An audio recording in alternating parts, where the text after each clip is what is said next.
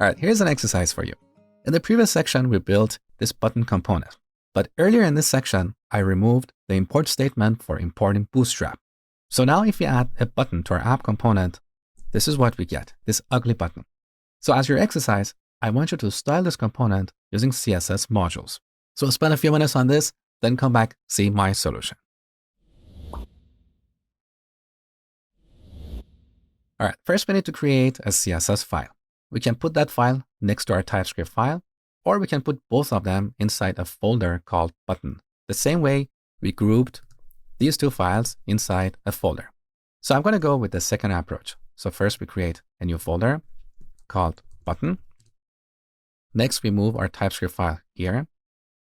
And then we add a new file called button.module.css.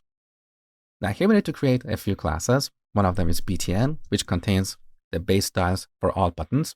For this, I'm going to add a padding of 8 pixels and 12 pixels. So 8 pixels vertical and 12 pixels horizontal. We can also give it a border radius of 3 pixels and a border of 0. The styles you use here is completely subjective, so don't worry if your styles are different from mine. Next, we need to create specific classes for colors. So we can create btn-primary. Now for the background color, I'm going to use the same color used in Bootstrap, that is 0D6EFD. And the color of the text should be white.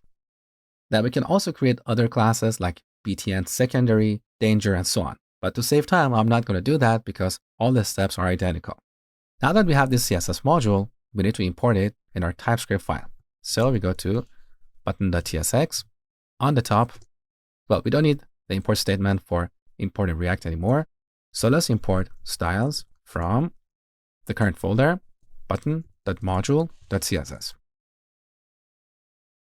Now over here, we need to set the class name to an array because we need to reference two objects.